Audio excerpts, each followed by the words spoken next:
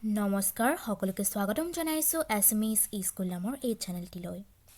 আজি আমি তৰ্ক বিজ্ঞানৰ এইচএছ ফাৰ্ষ্ট ইয়াৰৰ অৰ্থাৎ প্ৰথম বৰ্ষৰ হাই ছেকেণ্ডেৰী প্ৰথম বৰ্ষৰ তৰ্ক বিজ্ঞানৰ কিতাপখন আমি আৰম্ভ কৰিম। আজি আমি ইয়াৰ প্ৰথম খণ্ডটো অৰ্থাৎ প্ৰথম চেপ্টাৰটো পঢ়িম। চ' যদিহে তোমালোকে ফাৰ্ষ্ট ইয়াৰত পঢ়ি আছা আৰু তোমালোকৰ লজিক এণ্ড ফিলচফি বিষয়টো আছে, তেনেহ'লে কিবা হেল্প লাগিলে পাঠবোৰ বুজি পাবলৈ তোমালোকে এই চেনেলটো ছাবস্ক্ৰাইব কৰিব পাৰিবা। ফাৰ্ষ্ট ইয়াৰ বুলি নহয়, ছেকেণ্ড ইয়াৰৰ গোটেই কিতাপখন অলৰেডি ইয়াত দিয়া হৈছে।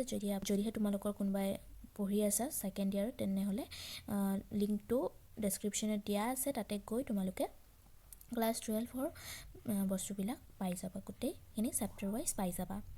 ঠিক আছে, তেনেহ'লে ভিডিঅ'টো আৰম্ভ কৰোঁ। প্ৰথম খণ্ডৰ প্ৰথম চেপ্টাৰটোত আমি কি পঢ়িব পাম। ফাৰ্ষ্ট অফ অল আমি জানিব পাৰিম যে তৰ্ক বিজ্ঞান কাক বোলে, তৰ্ক বিজ্ঞান বস্তুটো কি, আমি কিয় পঢ়োঁ, এইবিলাক কথা। ইয়াৰ প্ৰকৃতি কেনেকুৱা, তৰ্ক বিজ্ঞানৰ প্ৰকৃতি কেনেকুৱা। তাৰপিছত ইয়াৰ বিভিন্ন সংজ্ঞা, বিভিন্নজন তৰ্ক বিজ্ঞানী বা বিভিন্নজন দাৰ্শনিকে তৰ্ক বিজ্ঞানৰ বিভিন্ন সূত্ৰ বা সংজ্ঞা দিছে, সেইবিলাকৰ বিষয়ে আমি জানিম। তাৰপিছত ইয়াৰ পৰিসৰৰ বিষয়ে জানিম যে তৰ্ক বিজ্ঞান কিমান ডাঙৰ পৰিসৰ তৰ্ক বিজ্ঞানৰ, সেইখিনি বিষয়ে আমি জানিব পাৰিম। প্ৰথম প্ৰশ্নটো হ'ল তৰ্ক বিজ্ঞান আমি কিয় পঢ়োঁ। তোমালোকে এতিয়া তৰ্ক বিজ্ঞান ছাবজেক্টটো লৈছা, আমি তৰ্ক বিজ্ঞান ছাবজেক্টটো কিয় পঢ়োঁ সেইটো আমি জানিব লাগিব। আমি জানো যে মানুহ সৰ্বশ্ৰেষ্ঠ, মানুহক সকলোতকৈ শ্ৰেষ্ঠ জীৱ বুলি কোৱা হয় বা জন্তু বুলি কোৱা হয়। সকলো জীৱ জন্তুতকৈ মানুহ সৰ্বশ্ৰেষ্ঠ। কিয়? কাৰণ মানুহৰ বুদ্ধি বৃত্তি আছে, মানুহে চিন্তা কৰিব পাৰে আৰু নিজৰ বুদ্ধি প্ৰয়োগৰ দ্বাৰা কি কৰিব পাৰে, ডিচিশ্যনবিলাক ল'ব পাৰে। কোনটো শুদ্ধ কোনটো ভুল, এইটো কৰা উচিত নে অনুচিত, এইবিলাক কথা মানুহে বিচাৰ কৰিব পাৰে নিজৰ বুদ্ধিৰ দ্বাৰা, নিজৰ মগজুৰ দ্বাৰা। সেইখিনি বিচাৰ কৰিব পাৰে বাবেই মানুহক সৰ্বশ্ৰেষ্ঠ বুলি কোৱা হয়। আৰু আমি যে তৰ্ক বিজ্ঞান পঢ়োঁ, এই তৰ্ক বিজ্ঞানে চিন্তা এটা শুদ্ধ হোৱাত, মানুহে যে চিন্তা কৰে সেই চিন্তাটো শুদ্ধ হ'ব পাৰে, অশুদ্ধ হ'ব পাৰে, হয়নে নহয়। সেইকাৰণে তৰ্ক বিজ্ঞানে চিন্তাটো শুদ্ধ হ'বলৈ, শুদ্ধ চিন্তাৰ বাবে কিছুমান বিধি প্ৰণয়ন কৰে, কিছুমান নীতি নিয়ম বা বিধি প্ৰণয়ন কৰে, যাৰ দ্বাৰা শুদ্ধ চিন্তা কৰিব পাৰি।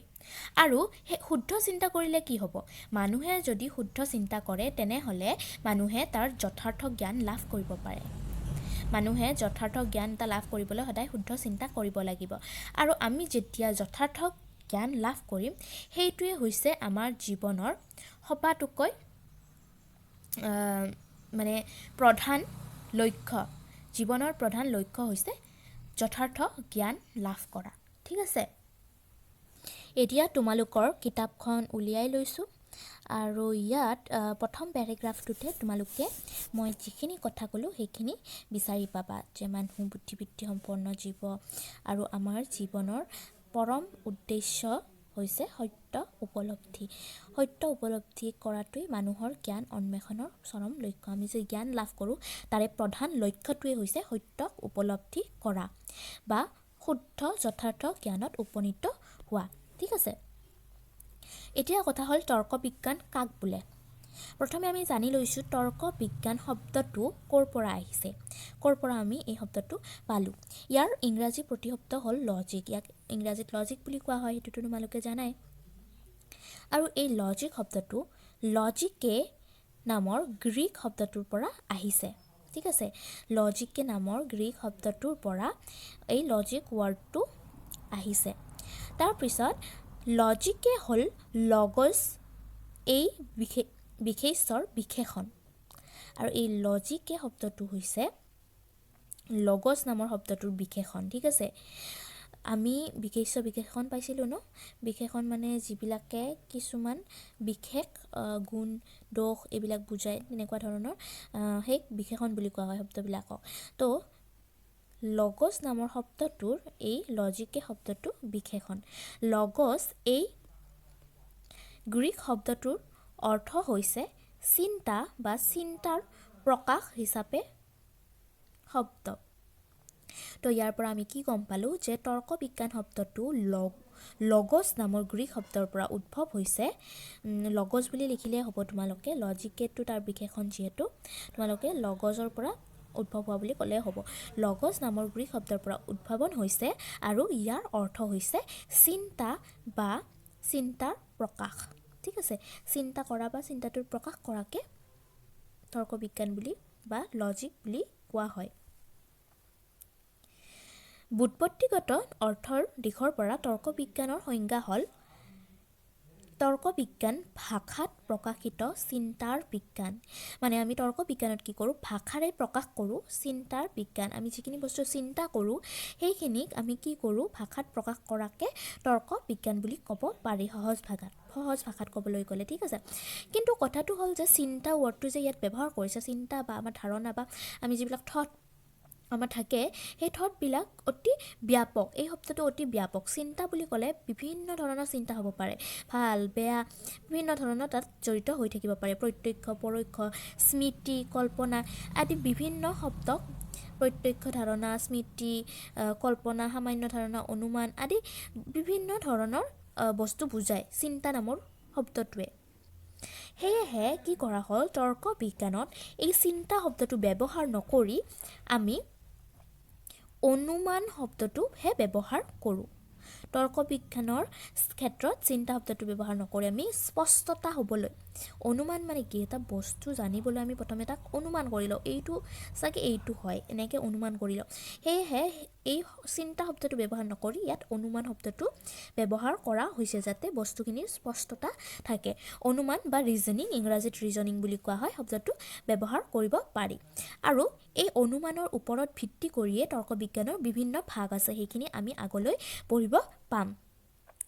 আৰু যিহেতু আমি অনুমানৰ বিষয়ে বা অনুমানৰ ওপৰত জড়িত কথাবিলাকৰ বিষয়ে আমি কি কৰোঁ, পঢ়োঁ তৰ্ক বিজ্ঞানত। সেয়েহে তৰ্ক বিজ্ঞানক সাধাৰণতে অনুমানৰ বিজ্ঞান বুলিও কোৱা হয়। তোমালোকৰ খালী ঠাই পূৰণ কৰা আহিব পাৰে, তৰ্ক বিজ্ঞানক সাধাৰণতে দেশ বিজ্ঞান বুলি কোৱা হয়। তোমালোকে কি লিখিব লাগিব, অনুমানৰ বিজ্ঞান বুলি কোৱা হয়। এতিয়া ইয়াৰ পিছত তোমালোকৰ দিয়া আছে বিজ্ঞান মানেনো কি, বিজ্ঞান আৰু এই তৰ্ক বিজ্ঞান বুলি কোৱা হয়, হয়নে নহয়। তো কি ইয়াতে ডিফাৰেঞ্চটো দিয়া আছে, আচল বিজ্ঞান মানে কি। আমি প্ৰথমে ইয়াতে পঢ়ি চাইছোঁ যে প্ৰকৃতিৰ কোনো এটা নিৰ্দিষ্ট বিভাগ সম্পৰ্কে সুসংবদ্ধ সাধাৰণ যুক্তিনিষ্ঠ প্ৰামাণিক যথাৰ্থ আৰু সুনিশ্চিত জ্ঞানক বিজ্ঞান বোলে। কিবা এটা বিষয়ক আমি যদি সুসংবদ্ধভাৱে আৰু সাধাৰণভাৱে যুক্তিনিষ্ঠভাৱে যুক্তি দি প্ৰামাণিকভাৱে যাৰ প্ৰমাণ থাকে আৰু যথাৰ্থ বা শুদ্ধৰূপে সুনিশ্চিত জ্ঞান আমি লাভ কৰিব পাৰোঁ তাক বিজ্ঞান বোলে। কিবা এটা বিষয়ত যদি আমি সুসংবদ্ধভাৱে বাকীকেইটা ইয়াৰ যিখিনি নিয়ম আছে বা যাৰ প্ৰমাণ থাকিব বা যুক্তিনিষ্ঠতা থাকিব, এই বস্তুবিলাক থাকিলে সেই জ্ঞানটোক কি বুলি কোৱা হয়, বিজ্ঞান বুলি কোৱা হয়। উদাহৰণস্বৰূপে পদাৰ্থ বিজ্ঞান, উদ্ভিদ বিজ্ঞান, মনোবিজ্ঞান ইত্যাদি, এইবিলাকত বিভিন্ন ধৰণৰ যুক্তি থাকে, প্ৰমাণ থাকে, হয়নে নহয়, আৰু সুসংবদ্ধ ইয়াৰ কি থাকে, অধ্যয়ন থাকে। সেয়েহে এইবিলাক বিজ্ঞান। সমগ্ৰ প্ৰকৃতিক বিভিন্ন বিভাগত বিভক্ত কৰা হয়। বিজ্ঞান ইয়াৰ কোনো এটা নিৰ্দিষ্ট বিভাগৰ জ্ঞান। আৰু আমি আমাৰ প্ৰকৃতিক বিভিন্ন বিভাগত বিভক্ত কৰিছোঁ। যেনে উদ্ভিদৰ বিষয়ে যদি আমি অধ্যয়ন কৰোঁ সেইটো উদ্ভিদ বিজ্ঞান, আমি প্ৰাণীৰ বিষয়ে যদি অধ্যয়ন কৰোঁ সেইটো প্ৰাণী বিজ্ঞান, বা পদাৰ্থৰ বিষয়ে ভৌতিক বস্তুবিলাকৰ বিষয়ে যদি আলোচনা কৰোঁ সেইটো পদাৰ্থ বিজ্ঞান, বা ৰসায়ন বিজ্ঞানত আমি ৰাসায়নিক বস্তুবিলাকৰ বা বিভিন্ন ধৰণৰ বস্তুবিলাকৰ বিষয়ে আলোচনা কৰোঁ। চবৰে বেলেগ বেলেগ ভাগ আছে আৰু প্ৰকৃতিক আমি বিভিন্ন ভাগত বিভক্ত কৰি বিভিন্ন ভাগত আমি বিজ্ঞানক অধ্যয়ন কৰিব পাৰোঁ। বিজ্ঞান সেই নিৰ্দিষ্ট বিভাগৰ অন্তৰ্ভুক্ত বস্তুৰ সাধাৰণ জ্ঞান। বিজ্ঞান সেই নিৰ্দিষ্ট বিভাগৰ অন্তৰ্ভুক্ত বস্তুৰ সাধাৰণৰ জ্ঞান। তাৰমানে ধৰা হ'ল আমি উদ্ভিদ বিজ্ঞান পঢ়ি আছোঁ, তাতে আমি গছ গছনিৰ বিষয়ে পঢ়িম আৰু সেই বস্তুটোত সেই নিৰ্দিষ্ট বিভাগটোত কি থাকিব, তাৰ যিখিনি অন্তৰ্ভুক্ত বস্তু, উদ্ভিদ বিজ্ঞানত অন্তৰ্ভুক্ত বস্তু হ'ল উদ্ভিদ, তো উদ্ভিদৰ বিষয়ে সাধাৰণৰ জ্ঞান। এনে জ্ঞান সুসংবদ্ধ যুক্তিসিদ্ধ প্ৰমাণ্য স্বভাৱৰ হ'ব লাগিব। সেইটো আমি আগতেও গম পালোঁ যে সুসংবদ্ধ হ'ব লাগিব, যুক্তি থাকিব লাগিব, প্ৰমাণ থাকিব লাগিব। প্ৰমাণিত প্ৰমাণিত হ'লে বিজ্ঞানৰ জ্ঞান যথাৰ্থ বুলি নিৰূপিত হয় আৰু নিশ্চিত স্বভাৱৰ হয়। আৰু যেতিয়া বিজ্ঞানৰ কোনো এটা বস্তু, এটা যুক্তি বা বস্তু এটা আমি যেতিয়া প্ৰমাণ কৰিব পাৰোঁ, সেই প্ৰমাণ কৰিব পাৰিলে সেইটো জ্ঞানটোক, সেই বিজ্ঞানৰ জ্ঞানটোক যথাৰ্থ বুলি ক'ব পাৰি। ঠিক আছে, আৰু ই নিশ্চিত হৈ পৰে। যেতিয়া আমি প্ৰমাণিত কৰিব পাৰোঁ, সি নিশ্চিত বুলি ক'ব পাৰোঁ। এতিয়া বিজ্ঞান আৰু অনুমানৰ আমি বিজ্ঞানৰ কথাটো পালোঁ। এতিয়া আমি চাম যে অনুমান মানে কি। অনুমান মানে হৈছে যি মানসিক প্ৰক্ৰিয়াৰ জৰিয়তে জ্ঞাত সত্যৰ ওপৰত নিৰ্ভৰ কৰি অজ্ঞাত নতুন সত্যত উপনীত হোৱা যায়, তাক অনুমান বোলে। আমি বিভিন্ন কথা জানো আৰু কিছুমান কথা আমি নাজানো। এতিয়া কিবা এটা নজনা কথা বা নজনা বস্তু এটা দেখাৰ লগে লগে তোমাৰ মনত কেনেকুৱা ধাৰণা আহে যে এইটো বস্তু সেইটো বস্তুৰ নিচিনা। আগতে কিবা এটা বস্তু দেখিছিলা, দেখাৰ লগে লগে তোমাৰ নতুন এটা বস্তু দেখাৰ লগে লগে তোমাৰ মনত পৰিব যে এইটো সেই মই যে পুৰণা বস্তুটো দেখিছিলোঁ এইটোৰ লগত মিল আছে।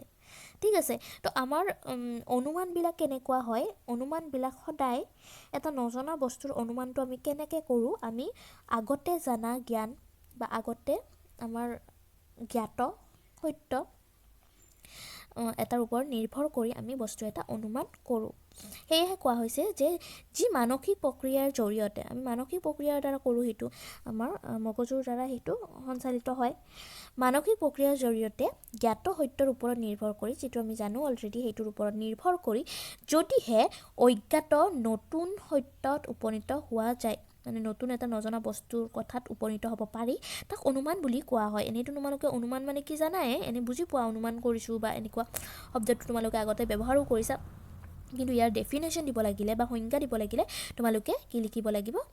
জ্ঞাত সত্যৰ পৰা এটা অজ্ঞাত সত্যত উপনীত হোৱাকে অনুমান বোলে।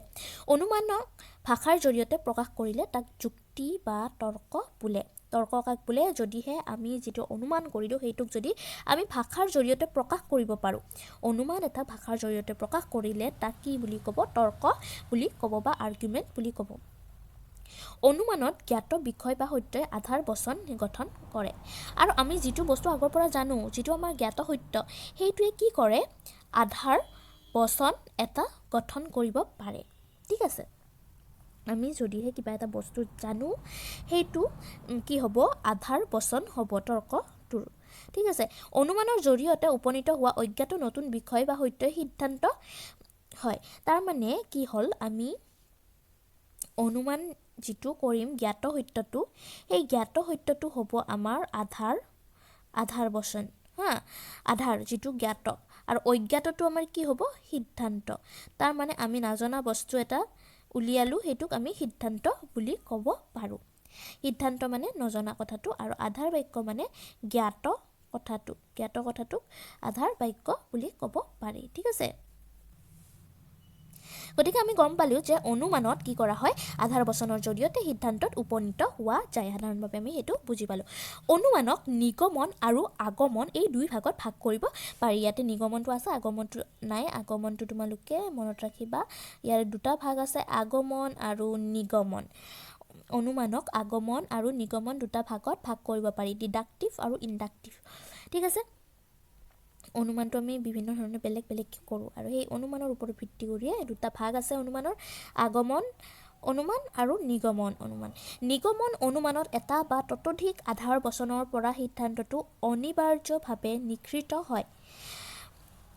নিগমনৰ সিদ্ধান্তটো আধাৰ বচনতকৈ কেতিয়াও ব্যাপক হ'ব নোৱাৰে। চোৱা, আমি নিগমনৰ আগমন পালোঁ। এতিয়া নিগমন মানে কি? নিগমন অনুমানত কি হয়? এটা বা ততোধিক আধাৰ বচনৰ পৰা সিদ্ধান্তটো নিঃসৃত হয়। কি হ'ব? নিগমনৰ ক্ষেত্ৰত আধাৰ বচন আমাৰ এটা বা ততোধিক হ'ব, এটাতকৈ বেছিও হ'ব পাৰে। সেই আধাৰ বচনটোৰ ওপৰত নিৰ্ভৰ কৰি আমি সিদ্ধান্তটো পাম, আৰু সেই সিদ্ধান্তটো কি হ'ব? আধাৰ বচনতকৈ কেতিয়াও ব্যাপক হ'ব নোৱাৰে। সেইটো মনত ৰাখিবা, আধাৰ বচনতকৈ কেতিয়াও ব্যাপক হ'ব নোৱাৰে। নিগমনত আমি যিটো সিদ্ধান্ত পাম, যিটো অজ্ঞাত কথা আমি জানিবলৈ পাম, সেই অজ্ঞাত কথাটো জ্ঞাত কথাটোতকৈ কেতিয়াও ব্যাপক হ'ব নোৱাৰে। আমি এটা বা ততোধিক আধাৰ বাক্য বা জ্ঞাত সত্যৰ পৰা আমি অজ্ঞাত সত্য এটাত বা এটা সিদ্ধান্তত উপনীত হ'ম আৰু সেই সিদ্ধান্তটো আমাৰ আধাৰ বচনতকৈ ডাঙৰ হ'ব নোৱাৰে। ঠিক আছে, ব্যাপক হ'ব নোৱাৰে। তাৰ উদাহৰণটো চালে তোমালোকে ভালকৈ বুজি পাবা। উদাহৰণটোত ইয়াতে দিয়া আছে যে সকলো মানুহ মৰণশীল। সকলো ৰাজনীতিবিদ হয় মানুহ, এতেকে সকলো ৰাজনীতিবিদ হয় মৰণশীল। তো আমি কেনেকৈ পালোঁ? আমি জানো যে আমাৰ জ্ঞাত সত্য বা আধাৰ বচন আছে যে সকলো মানুহ মৰণশীল, সকলো মানুহ মৰণশীল। আৰু আমি জানো যে ৰাজনীতিবিদসকল মানুহ, সেইটো আমাৰ জ্ঞাত সত্য যে ৰাজনীতিবিদসকল মানুহ। তো তাৰ পৰা আমি এটা সিদ্ধান্তত উপনীত হ'ব পাৰোঁ যে সকলো ৰাজনীতিবিদ মৰণশীল, যিহেতু তেওঁলোক মানুহ আৰু মানুহ মৰণশীল। আমি ইয়াতে দুটা আধাৰ বাক্য লৈছোঁ, এই দুটা আধাৰ বাক্য, আৰু এইটো হ'ব আমাৰ সিদ্ধান্ত, এইটো আমাৰ সিদ্ধান্ত, আৰু এই দুটা হৈছে আমাৰ আধাৰ বাক্য। তাৰপিছত এতিয়া আগমন অনুমানৰ বিষয়ে আমি বুজি লৈছোঁ। আগমন অনুমানত অভিজ্ঞতাৰ পৰা লাভ কৰা কিছুমান ঘটনা বা বস্তু পৰ্যবেক্ষণ কৰি তাত পোৱা বিশেষ ঘটনা সম্বন্ধ আৰু বস্তু স্বভাৱৰ ওপৰত নিৰ্ভৰ কৰি সেই জাতীয় সকলো ঘটনা বা বস্তু সম্পৰ্কে কোনো সাৰ্বিক বচন প্ৰতিষ্ঠা কৰা হয়। আৰু আগমনত সিদ্ধান্তটো আধাৰ বচনতকৈ অধিক ব্যাপক হয়। আগমন আৰু নিগমন বস্তুটো প্ৰায় একেই, কিন্তু কি হয়, আগমনৰ ক্ষেত্ৰত সিদ্ধান্তটো, আমি যিটো সিদ্ধান্ত পাম সেইটো আধাৰ বচনতকৈ অধিক ব্যাপক হয়। ঠিক আছে, ইয়াতে আমি নিগমনত পাইছিলোঁ যে নিগমনত কি পালোঁ, সকলো ৰাজনীতিবিদ মৰণশীল, এইটো, আৰু আমাৰ আধাৰ বাক্য আছিল সকলো মানুহ মৰণশীল। মানুহ মৰণশীলটো বেছি ব্যাপক, ইটো বস্তুতকৈ বেছি ব্যাপক। সকলো ৰাজনীতিবিদ মৰণশীল এইটোতকৈ সকলো মানুহ মৰণশীল এইটো বেছি ব্যাপক। ঠিক আছে, কিন্তু ইয়াতে কি হয়, আগমনৰ ক্ষেত্ৰত উল্টা হয়। তাৰ মানে ইয়াতে তোমালোকে উদাহৰণটো চালে গম পাবা। চোৱা, ইয়াতে উদাহৰণত আছে ৰাম হয় মৰণশীল, হৰি হয় মৰণশীল, মধু হয় মৰণশীল। এইকেইটা হৈছে আমাৰ আধাৰ বচন বা আধাৰ বাক্য, আৰু এইটো হৈছে আমাৰ সিদ্ধান্ত, এইটো হৈছে আমাৰ সিদ্ধান্ত। তো আমি কি পালোঁ যে এই তিনিটা আমি আধাৰ বাক্য লৈ লৈছোঁ, ৰাম মৰণশীল, হৰি মৰণশীল, মধু হয় মৰণশীল, এতেকে সকলো মানুহ মৰণশীল। সকলো মানুহ মৰণশীল বুলি যে ক'লোঁ, এইটো আমাৰ কি এটা ব্যাপক সত্য। সেয়েহে কোৱা হৈছে যে আগমনত সদায় সিদ্ধান্তটো আধাৰ বচনতকৈ অধিক ব্যাপক হয়। তাৰমানে আমি কিছুমান আগতে পোৱা জ্ঞাত বস্তুৰ পৰা আমি কি কৰিলোঁ, এটা অজ্ঞাত বস্তুত আহিলোঁ বা এটা সিদ্ধান্তত উপনীত হ'লোঁ, সেইটো ইয়াতকৈ ব্যাপক হ'ল, আমি জনা কথাতকৈ, জ্ঞাত কথাতকৈ। তেতিয়া কি হ'ব, সেইটোক আগমন অনুমান বুলি কোৱা হ'ব।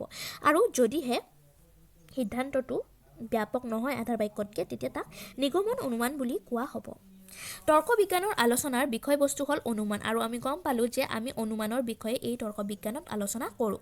তৰ্ক বিজ্ঞানে সুসংবদ্ধভাৱে অনুমান সম্পৰ্কে আলোচনা কৰি তাৰ যথাৰ্থ আৰু সুনিশ্চিত জ্ঞান আহৰণ কৰে। ঠিক আছে, আৰু তৰ্ক বিজ্ঞানে কি কৰে, সুসংবদ্ধভাৱে বা সুশৃংখলভাৱে কি কৰে, অনুমানৰ বিষয়ে আলোচনা কৰে আৰু ইয়াৰ যথাৰ্থ আৰু সুনিশ্চিত জ্ঞান আহৰণ কৰে। অনুমান সম্পৰ্কে বিজ্ঞানসন্মতভাৱে আলোচনা কৰাৰ কাৰণে তৰ্ক বিজ্ঞানক অনুমানৰ বিজ্ঞান বুলি অভিহিত কৰা হয়। আমি পাইছিলোঁ যে বিজ্ঞান কাক বোলে, আমি পালোঁ যে কিবা এটা বস্তুৰ যদি আমি যথাৰ্থ, সুনিশ্চিত, প্ৰামাণিক, সুসংবদ্ধভাৱে আলোচনা কৰোঁ, তাক বিজ্ঞান বুলি কোৱা হয়। আৰু যিহেতু তৰ্ক বিজ্ঞানে অনুমানৰ বিষয়ে সুসংবদ্ধভাৱে, যথাৰ্থ, সুনিশ্চিতভাৱে জ্ঞান আহৰণ কৰিবলৈ চেষ্টা কৰে আৰু বিজ্ঞানসন্মতভাৱে আলোচনা কৰাৰ চেষ্টা কৰে, সেয়েহে তৰ্ক বিজ্ঞানক অনুমানৰ বিজ্ঞান বুলি কোৱা হয়। ঠিক আছে, অনুমানৰ বিজ্ঞান বুলি কিয় কোৱা হয়, কাৰণ ইয়াত আমি সুসংবদ্ধভাৱে অনুমানৰ বিষয়ে আলোচনা কৰোঁ। ঠিক আছে, তাৰপিছত এতিয়া আহিছোঁ তৰ্ক বিজ্ঞানৰ প্ৰকৃতি। তৰ্ক বিজ্ঞানৰ প্ৰকৃতি বুলি ক'লে আমি কেইটামান পইণ্ট পঢ়িব লাগিব, আৰু এইকেইটা মানে বিষয় আলোচনা কৰাটো নিতান্ত প্ৰয়োজনীয়, প্ৰকৃতিটো যদি আমি বুজিব বিচাৰোঁ। প্ৰথম পইণ্টটো হৈছে তৰ্ক বিজ্ঞান পৰোক্ষ জ্ঞানৰ লগত জড়িত, প্ৰত্যক্ষ জ্ঞানৰ লগত জড়িত নহয়। আমিতো এইটো অলৰেডি গম পালোঁ যে তৰ্ক বিজ্ঞান পৰোক্ষ জ্ঞানৰ লগত, যিহেতু আমি কিবা এটা বস্তু, অজ্ঞাত বস্তু এটা আমি আগৰ জ্ঞাত সত্যৰ পৰা এইটো অনুমান কৰি আমি কি কৰিম অনুমান কৰি জানিবলৈ চেষ্টা কৰিম সেয়েহে সেইটো জ্ঞানটো কি হ'ব পৰোক্ষ জ্ঞানৰ লগত জড়িত প্ৰত্যক্ষভাৱে আমি জ্ঞান লাভ কৰা নহয় সেইটো ঠিক আছে প্ৰথম পইণ্টটো হ'ল আৰু প্ৰথম পইণ্টটোত এতিয়া আমি জানিব লাগিব যে জ্ঞানৰ কথা কোৱা হৈছে আমি যে ক'লোঁ প্ৰত্যক্ষ জ্ঞান পৰোক্ষ জ্ঞান এতিয়া আমি প্ৰথমে জানা উচিত যে জ্ঞান মানে কি জ্ঞান হৈছে জ্ঞান লাভ কৰা যদি বৰ্হি জগতৰ কোনো বস্তু বা ঘটনাৰ লগত মনৰ মাজত উদয় হোৱা ধাৰণাসমূহৰ সামঞ্জস্য বা সাদৃশ্য থাকে সেই সামঞ্জস্য বা সাদৃশ্যত বিশ্বাস থাকে তেনেহ'লে তাক জ্ঞান বোলে আমি বাহিৰৰ জগতত যি বস্তু বা ঘটনা দেখা পাওঁ তেতিয়া দেখা পালে আমাৰ মনত বিভিন্ন ধৰণৰ প্ৰশ্নৰ উদয় হয় বা ধাৰণাৰ উদয় হয় আৰু সেই ধাৰণাবিলাকৰ ওপৰত যদি আমাৰ বিশ্বাস থাকে বা সেই ধাৰণাসমূহৰ যদি মানে সত্যতাৰ লগত সাদৃশ্য থাকে তাক জ্ঞান বুলি কোৱা হয় এতিয়া জ্ঞানত তিনিটা উপাদান নিহিত হৈ থাকে এইবিলাক কুৱেশ্যন তোমালোকৰ হ'ব পাৰে যে জ্ঞান কাক বোলে আৰু জ্ঞানত তিনিটা উপাদানৰ বিষয়ে লিখা তেতিয়া তোমালোকে এইকেইটা পইণ্ট লিখিব লাগিব কোনো বস্তু বা ঘটনা সম্পৰ্কে মনত উদয় হোৱা ধাৰণাসমূহ কিবা এটা বস্তু দেখাৰ লগে লগে আমাৰ মনত বিভিন্ন ধৰণৰ ধাৰণা উদয় হয় সেইটো এটা জ্ঞানৰ কি উপাদান বহিৰ্জগতৰ অস্তিত্বশীল বস্তু বা ঘটনাৰ লগত সেই ধাৰণাসমূহৰ সাদৃশ্য আৰু যেতিয়া এটা বস্তু দেখিলোঁ আমি দেখাৰ লগে লগে সেইটো তাৰমানে আগতে আমি দেখা বস্তু বা প্ৰকৃতিত আগতে থকা কিবা বেলেগ এটা বস্তুৰ লগত অস্তিত্বশীল বস্তু এটাৰ লগত আমি তাৰ সামঞ্জস্য বা সাদৃশ্য বিচাৰ কৰোঁ ধাৰণাসমূহৰ সাদৃশ্যতা আমি বিচাৰ কৰোঁ সেইটো এটা উপাদান হৈছে জ্ঞানৰ এনে সামঞ্জস্যত বিশ্বাস আৰু এই যেতিয়া আমি সাদৃশ্যতা আছে নে নাই তুলনা কৰি সেইটো আমি বিশ্বাস কৰি ল'ম যে এইটো সেইটোৰ দৰে দেখাত ঠিক আছে সেই বিশ্বাস কৰাটো এটা জ্ঞানৰ উপাদান বুলি কোৱা হৈছে আমি জ্ঞানক প্ৰধানকৈ দুটা ভাগত ভগাব পাৰি প্ৰত্যক্ষ জ্ঞান আৰু পৰোক্ষ জ্ঞান প্ৰত্যক্ষ জ্ঞান মানে কি অন্য কোনো জ্ঞানৰ সহায় নোলোৱাকৈ পোনপটীয়াভাৱে অৰ্জন কৰা জ্ঞানক প্ৰত্যক্ষ জ্ঞান বোলে যদি আমি কাৰো মানে কোনো অন্য জ্ঞানৰ সহায় নোলোৱাকৈ কিবা এটা বস্তু জানিব পাওঁ সেইটো প্ৰত্যক্ষ জ্ঞান বুলি কোৱা হয় কাৰো হেল্প নোলোৱাকৈ পোনপটীয়াভাৱে যিটো জ্ঞান পোৱা যায় তাক প্ৰত্যক্ষ জ্ঞান বোলে আৰু যদিহে আমি কি কৰোঁ কিছুমান অন্য কোনো বস্তুৰ দ্বাৰা অন্য কোনো জ্ঞানৰ মাধ্যমেৰে লাভ কৰা জ্ঞানক পৰোক্ষ জ্ঞান বোলে কোনো এটা মাধ্যম লৈ কোনো এটা জ্ঞানৰ মাধ্যমেৰে কোনো এটা অন্য মাধ্যমেৰে জ্ঞান লাভ কৰা পৰোক্ষ জ্ঞান বোলে তোমালোকক কেতিয়াবা কুৱেশ্যন হ'ব পাৰে যে জ্ঞান কাক বোলে ইয়াৰ ভাগ দুটা কি আৰু তাৰ সংজ্ঞা লিখা তেতিয়া তোমালোকে পৰোক্ষ জ্ঞান কি আৰু প্ৰত্যক্ষ জ্ঞান কি সেইটো জানিব লাগিব বা কেতিয়াবা 1 নম্বৰৰ কুৱেশ্যন এনেকৈও আহিব পাৰে যে প্ৰত্যক্ষ জ্ঞান আৰু পৰোক্ষ জ্ঞানৰ মাজত পাৰ্থক্য কি তেতিয়াও তোমালোকে সংজ্ঞাটো লিখিলেই হ'ব ঠিক আছে আৰু তোমালোকে কিতাপৰ এইবিলাক ভালকৈ পঢ়ি চালে বুজি পাবা মই একদম লাগতিয়াল বস্তুখিনি আলোচনা কৰি দিছোঁ আৰু তৰ্ক বিজ্ঞানটো আমি কি বুলি গম পালোঁ যে সত্যতা প্ৰমাণৰ লগত জড়িত আমি সত্যতা নিৰূপণৰ ক্ষেত্ৰত আমি তৰ্ক বিজ্ঞানটো জড়িত বুলি ক'ব পাৰোঁ আৰু ইয়াতে লিখা আছে যে তৰ্ক বিজ্ঞানৰ প্ৰধান আলোচ্য বিষয় হৈছে অনুমান সেইটোতো আমি আগতেই পঢ়ি আহিলোঁ দুবাৰ তিনিবাৰ আৰু ইয়াত কোৱা হৈছে যে তৰ্ক বিজ্ঞান পৰোক্ষ জ্ঞানৰ লগতহে জড়িত প্ৰত্যক্ষ জ্ঞানৰ লগত জড়িত নহয় যিহেতু আমি কিবা এটা নজনা কথা কিবা মাধ্যমেৰে জানিবলৈ পাৰোঁ কিবা এটা মাধ্যম লৈ জ্ঞানৰ অন্য এটা মাধ্যম লৈহে জানিব পাৰোঁ পৰোক্ষ জ্ঞানৰ লগত জড়িত সেইকাৰণে এইটো পৰোক্ষ জ্ঞানৰ লগত জড়িত তৰ্ক বিজ্ঞান পৰোক্ষ জ্ঞানৰ লগতহে জড়িত প্ৰত্যক্ষ জ্ঞানৰ লগত জড়িত নহয় কাৰণ তৰ্ক বিজ্ঞানৰ মূল উদ্দেশ্য হৈছে সত্যক জনা যিকোনো ক্ষেত্ৰতে হওক সত্যটো জনাৰ কাৰ্যটোৱে হৈছে তৰ্ক বিজ্ঞানৰ মূল কাৰ্য তৰ্ক বিজ্ঞান আকাৰগত সত্যতা আৰু বস্তুগত সত্যতা উভয় প্ৰকাৰৰ সত্যতাৰ লগত জড়িত আমি সত্যতাৰ বিষয়ে জানিবলৈ পাওঁ তৰ্ক বিজ্ঞানত আৰু এই সত্যতা দুই প্ৰকাৰৰ হ'ব পাৰে আকাৰগতও হ'ব পাৰে বা বস্তুগত হ'ব পাৰে আৰু এই দুয়োটা সত্যতাৰ লগতে তৰ্ক বিজ্ঞান জড়িত আকাৰগত তথা বস্তুগত দুয়োটা সত্যতাৰ লগতে তৰ্ক বিজ্ঞান জড়িত সকলোবিলাক বস্তুৰে দুটা দিশ থাকে আকাৰ আৰু উপাদান এটা ঘূৰণীয়া ৰূপৰ মুদ্ৰা এই মুদ্ৰাটোৰ আকাৰ ঘূৰণীয়া আৰু ইয়াৰ উপাদান ৰূপ এটা আমাৰ উপাদান থাকে আৰু এটা কি থাকে আকাৰ থাকে আকাৰ ইয়াতে আমি কি পালোঁ এটা ৰূপৰ মুদ্ৰাৰ আকাৰটো আমি গোলাকাৰ পাম আৰু উপাদানটো হ'ব তাৰ ৰূপৰ মুদ্ৰা বুলি কৈছে যিহেতু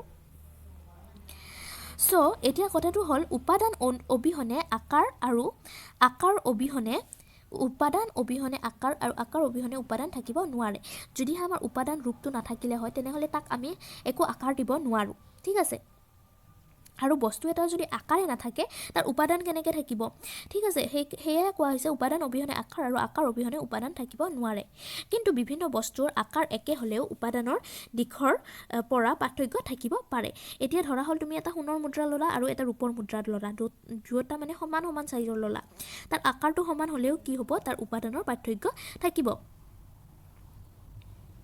প্ৰত্যেক জড় বস্তুৰ দৰে চিন্তাৰো দুটা দিশ আছে আকাৰ আৰু উপাদান জড় বস্তুবিলাকৰ যেনেকৈ আকাৰ আৰু উপাদানৰ পাৰ্থক্যটো আমি বুজি পালোঁ তেনেকৈ চিন্তাৰ ক্ষেত্ৰতো মানুহৰ চিন্তাৰ ক্ষেত্ৰতো কি আছে দুটা দিশ আছে আকাৰ আৰু উপাদান যিভাৱে চিন্তা কৰা হয় তাক চিন্তাৰ আকাৰ বোলে যি ধৰণে বা যিভাৱে চিন্তা কৰা হয় তাক কি বুলি কোৱা হয় চিন্তাৰ আকাৰ বুলি কোৱা হয় যি বিষয় সম্পৰ্কে চিন্তা কৰা হয় তাক চিন্তাৰ উপাদান বুলি কোৱা হয় মানে যিটো ধৰণে যিভাৱে চিন্তা কৰা যাব সেইটোক চিন্তাৰ আকাৰ বুলি কোৱা হ'ব আৰু যাৰ বিষয়ে যি বস্তুৰ বিষয়ে আমি আলোচনা কৰিম বা চিন্তা কৰিম সেইটোকে কি কোৱা হ'ব চিন্তাৰ উপাদান বুলি কোৱা হ'ব বস্তুবিলাকৰ যেনেকৈ আকাৰ একে হ'লেও বস্তুৰ উপাদানটো বেলেগ বেলেগ হ'ব পাৰে তেনেকৈ চিন্তাৰ ক্ষেত্ৰতো উপাদানটো বেলেগ বেলেগ হ'ব পাৰে তাৰমানে চিন্তাৰ ক্ষেত্ৰতো যদি বস্তুটো যদি আকাৰ একেও হয় তেনেহ'লে তাৰ উপাদানৰ পাৰ্থক্য থাকিব পাৰে বা তাৰ চিন্তা কৰাৰ বিষয়টোৰ ডিফাৰেঞ্চ থাকিব পাৰে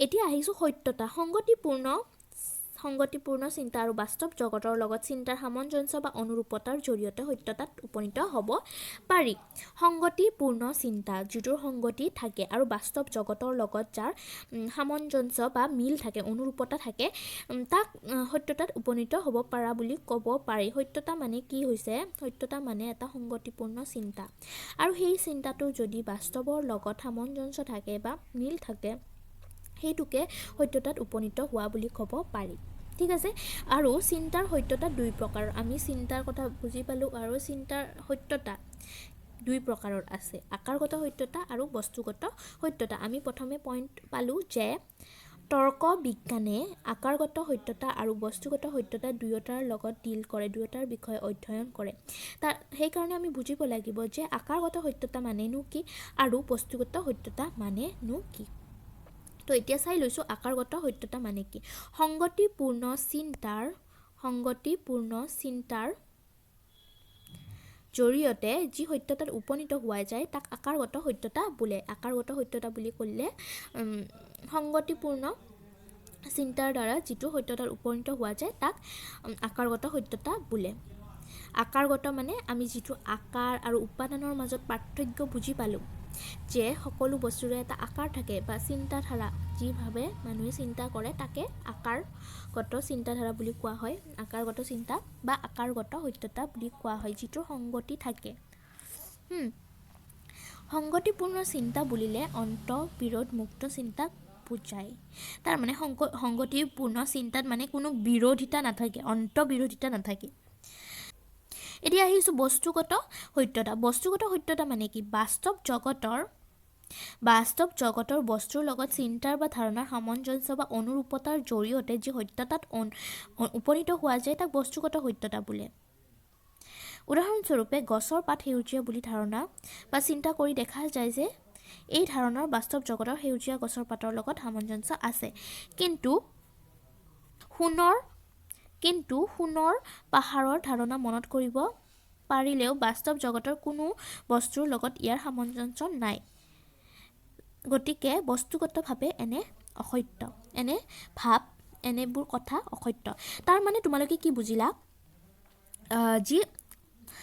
যিটো সংগতিপূৰ্ণ এটা চিন্তাৰ দ্বাৰা যদিহে আমি সংগতি ৰাখি এটা সংগতিপূৰ্ণ চিন্তা কৰোঁ এটা সত্যতাত উপনীত হওঁ সেইটোক আমাক আকাৰগত সত্যতা বুলি কোৱা হয় আকাৰগত সত্যতাৰ কোনো অন্তঃবিৰোধিতা নাথাকে ই বিৰোধিতা মুক্ত হয় বা অন্তঃবিৰোধমুক্ত হয় কিন্তু বস্তুগত সত্যতাৰ ক্ষেত্ৰত কেনেকুৱা বস্তুগত সত্যতাত আমি যিটো চিন্তা কৰিলোঁ সদায় কি হ'ব লাগিব বাহ্যিক জগতৰ লগত বা বাস্তৱ জগতৰ লগত তাৰ মিল থাকিব লাগিব বা সামঞ্জস্য থাকিব পাৰিব তাৰ পিছতহে সেইটোৰ সত্যতাত আমি উপনীত হ'ব পাৰিম বাস্তৱ জগতৰ কোনো এটা চিন্তা বা ধাৰণাৰ সামঞ্জস্য বা অনুৰূপতাৰ জৰিয়তেহে আমি সত্যতাত উপনীত হ'ব পাৰিম তেনে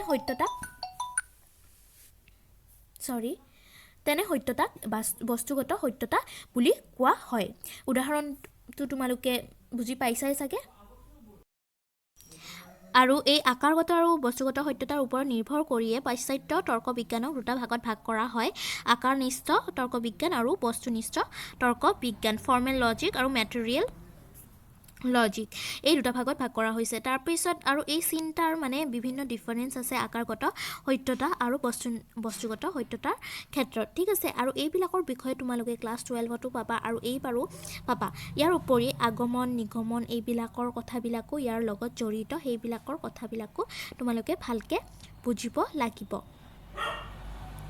আৰু ইয়াতে তোমালোকৰ ডিফাৰেন্সটো দিয়া হৈছে যে চোৱা আকাৰনিষ্ঠ তৰ্ক বিজ্ঞানক বিশুদ্ধ তৰ্ক বিজ্ঞান বা সংগতিপূৰ্ণ তৰ্ক বিজ্ঞান বুলি কোৱা হয় আনহাতে বস্তুগত সত্যতা কি বুলি কোৱা হয় প্ৰায়োগিক তৰ্ক বিজ্ঞান বুলি কোৱা হয় বা এপ্লাইড লজিক বুলি কোৱা হয় তাৰমানে আকাৰগত সত্যতাক বিশুদ্ধ বুলি কোৱা হয় বা সংগতিপূৰ্ণ তৰ্ক বিজ্ঞান বুলি কোৱা হয় আৰু ইয়াক বস্তুগতক প্ৰায়োগিক তৰ্ক বিজ্ঞান বুলি কোৱা হয় যাক আমি প্ৰয়োগ কৰিব পাৰোঁ আৰু তৰ্ক বিজ্ঞানে দুয়োটা আকাৰগত সত্যতা আৰু বস্তুগত সত্যতা দুয়োটাৰ ওপৰত উভয় সত্যতাৰ ওপৰত আলোচনা কৰে ঠিক আছে আমি যেতিয়া তৰ্ক বিজ্ঞান পঢ়োঁ তেতিয়া দুয়ো ধৰণৰ সত্যতাৰ ওপৰত বিচাৰ কৰা যায় কোনো অনুমান বা যুক্তিৰ ক্ষেত্ৰত যদি নিৰ্ধাৰিত নীতি নিয়মসমূহ যথাযথভাৱে পালন কৰা হয় আৰু আধাৰ বচনবিলাকৰ লগত সিদ্ধান্তটোৰ বাস্তৱ জগতৰ লগত সামঞ্জস্য থাকে তেনেহ'লে সেই অনুমান বা যুক্তিক আকাৰগতভাৱে আৰু বস্তুগতভাৱে সত্য বুলি ধৰা হয় তাৰমানে কোনো এটা বস্তুৱে কোনো এটা বিষয়ে যদি আমি আলোচনা কৰোঁ কোনো এটা সিদ্ধান্তৰ বিষয়ে যদি আমি আলোচনা কৰোঁ আৰু সেই সিদ্ধান্তটো আমি পাওঁতে যদি সেই সিদ্ধান্তটোৱে গোটেই নীতি নিয়ম পালন কৰে আৰু তাৰ উপৰিও ইয়াৰ বাস্তৱ জগতৰ লগত সামঞ্জস্য থাকে তেতিয়া তেনেকুৱা যুক্তিক আমি আকাৰগত আৰু বস্তুগতভাৱে সত্য বুলি ক'ব পাৰোঁ ঠিক আছে বুজি পাইছা আৰু কিবা কনফিউজন থাকিলে তোমালোকে কমেণ্ট ছেকশ্যনত জনাব পাৰিবা আৰু আমি ইয়াৰ পইণ্ট দুটা আলোচনা কৰিলোঁ বাকীকেইটা পইণ্ট আমি ইয়াৰ পিছৰ ভিডিঅ'ত আলোচনা কৰিম কাৰণ ভিডিঅ'টো অলৰেডি বহুত দীঘলীয়া হৈ গ'ল আৰু তাৰপিছত আমি ইয়াৰ পৰিসৰ আৰু বিভিন্ন সংজ্ঞাবিলাকৰ বিষয়ে আলোচনা কৰিম আজিলৈ এইখিনিতে সামৰিছোঁ ভিডিঅ'টো শেষলৈ চাই থকাৰ বাবে ধন্যবাদ আৰু যদিহে তোমালোকৰ ফ্ৰেণ্ডছ আছে তোমালোকৰ ফ্ৰেণ্ডছবোৰৰ লগতো এইটো শ্বেয়াৰ কৰিবা যাতে সকলোৰে যাতে হেল্প হয় ঠিক আছে আজিলৈ এইখিনিতে সামৰিছোঁ থেংক ইউ